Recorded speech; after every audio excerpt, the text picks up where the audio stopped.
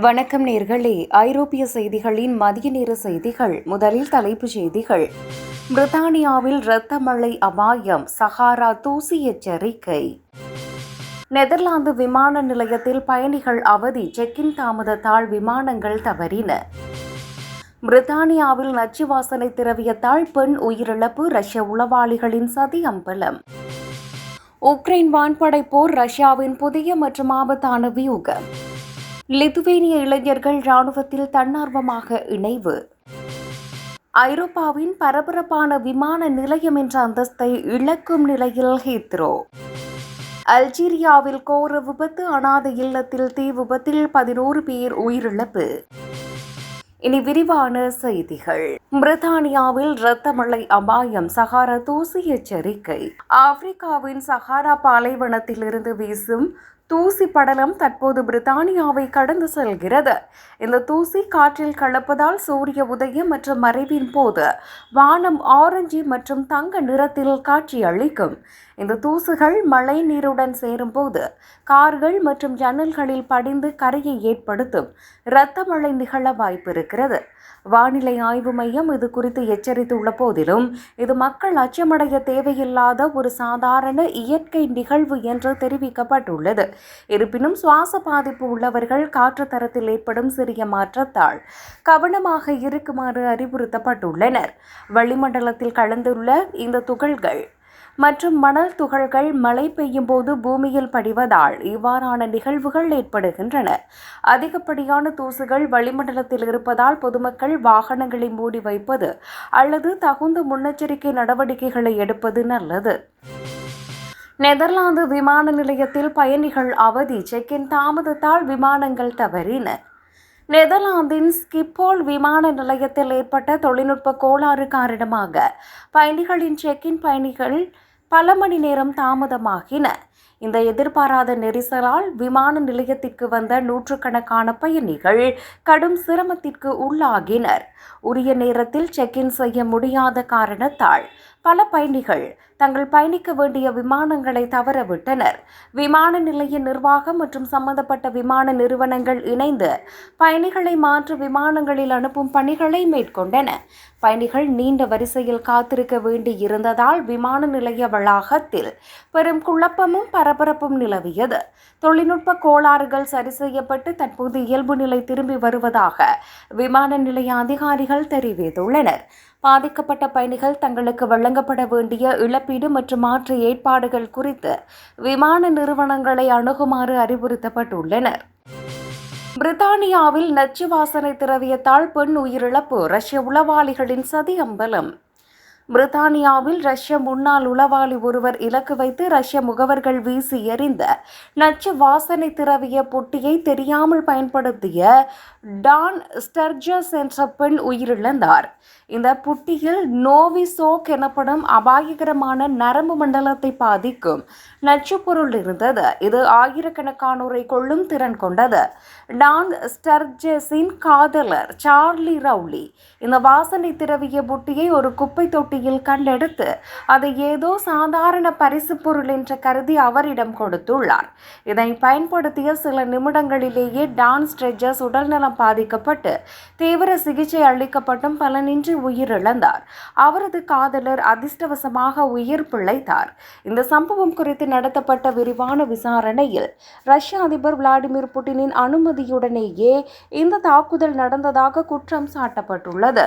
பொதுமக்கள் கண்டெடுக்கும் சந்தேகத்துக்குரிய பொருட்களை எச்சரிக்கையுடன் கையாள வேண்டும் எனவும் பாதுகாப்பில் ஏற்பட்ட குறைபாடுகளே இந்த துயரத்துக்கு காரணம் என்றும் ஆய்வில் தெரிய வந்துள்ளது.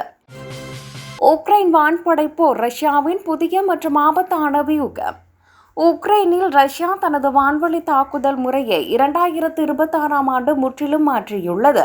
முந்தைய ஆண்டுகளில் வெறும் ஆளில்லா விமானங்களை பெருமளவில் பயன்படுத்தி வந்த ரஷ்யா தற்போது பல்வேறு அதிநவீன ஏவுகணைகளை ஒருங்கிணைத்து பயன்படுத்துகிறது.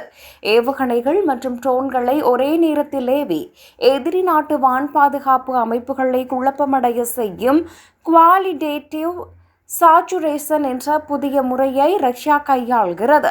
ஹைப்பர்சோனிக் மற்றும் சூப்பர்சோனிக் ஏவுகணைகளை சிறிய ரக ட்ரோன்களுடன் சேர்த்து தாக்குதல் நடத்துவதன் மூலம் உக்ரைனின் பாதுகாப்பு படையினருக்கு துரிதமாக முடிவெடுப்பதில் பெரும் அழுத்தம் ஏற்படுகிறது. இந்த வியூகத்தின் முக்கிய நோக்கம் உக்ரைனின் வான் பாதுகாப்பு அமைப்புகளை தகர்ப்பது மட்டுமின்றி முடிவெடுக்கும் திறனை சிதைத்து அவர்களுக்கு அதிக மனசோர்வை உண்டாக்குவதாகும். வான்வழி தாக்குதல்கள் வெறும் எண்ணிக்கை சார்ந்ததாக இல்லாமல் நுணுக்கமான ஒருங்கிணைப்பு மற்றும் தாக்குதல் வேகத்தை மையமாக கொண்டதாக மாறியுள்ளதால் போர்க்களம் புதிய சவால்களை சந்தித்து வருகிறது. லிதுவேனிய இளைஞர்கள் ராணுவத்தில் தன்னார்வமாக இணைவு. ரஷ்யாவின் அதிகரித்து வரும் அச்சுறுத்தல்களுக்கு மத்தியில் லிதுவேனியாவைச் சேர்ந்த இளைஞர்கள் தங்களை நாட்டு பாதுகாப்புக்காக ஆயத்தப்படுத்திக் கொள்ள தொடங்கியுள்ளனர். நாட்டின் பாதுகாப்பை உறுதி செய்ய கோரி ஏராளமான இளைஞர்கள் தன்னிச்சையாக ராணுவ படைகளில் இணைந்து தீவிர பயிற்சியில் ஈடுபட்டு வருகின்றனர்.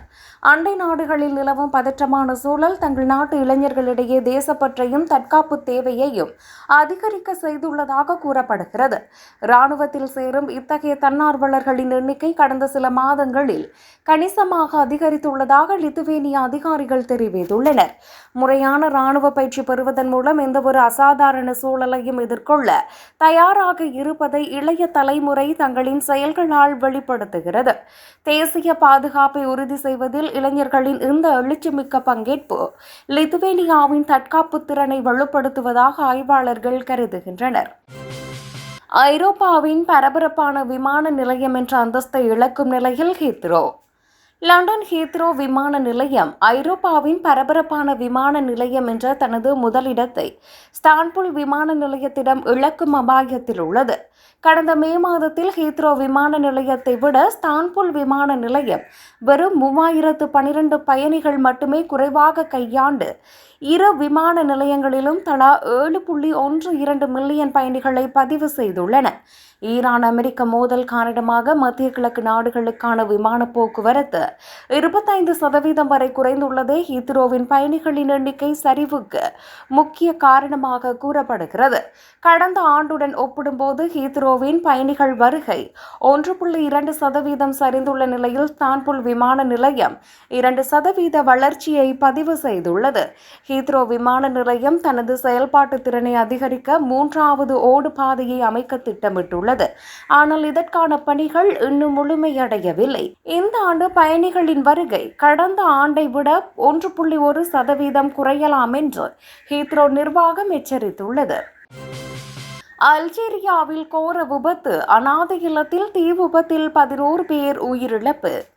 அல்ஜீரியாவில் உள்ள ஒரு அனாதை இல்லத்தில் ஏற்பட்ட பயங்கரமான தீ விபத்தில் சிக்கி 11 பேர் பரிதாபமாக உயிரிழந்தனர். கட்டிடம் முழுவதும் அதிவேகமாக பரவிய தீயினால் மேலும் 19 பேர் பலத்த காயமடைந்து மருத்துவமனைகளில் தீவிர சிகிச்சை பெற்று வருகின்றனர்.